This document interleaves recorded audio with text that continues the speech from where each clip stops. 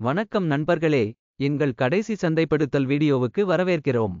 இன்று அனைத்து குடும்பங்களுக்கும் அரிசியை எவ்வாறு விளம்பரப்படுத்துவது என்பது பற்றி பேசப்போகிறோம்.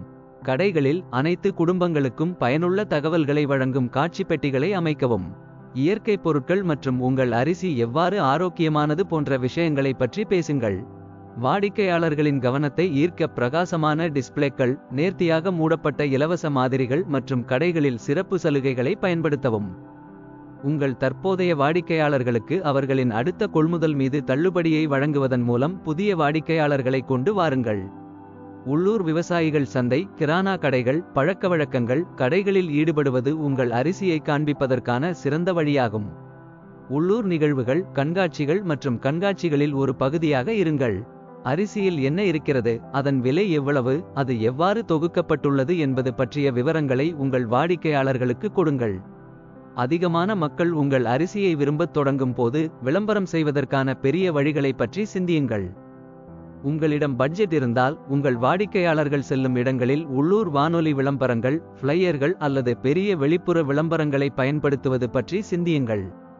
உள்ளூர் செய்தித்தாள்கள், பத்திரிகைகள் மற்றும் ஆன்லைன் வலைப்பதிவுகளை பெற முயற்சிக்கவும்.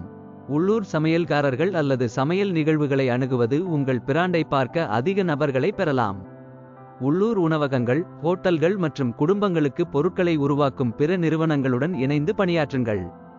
எடுத்துக்காட்டாக, உள்ளூர் ஹோட்டல்களுடன் இணைந்து உங்கள் அரிசி பிராண்டை அவர்களின் மேஜைகளில் வழங்கவும்.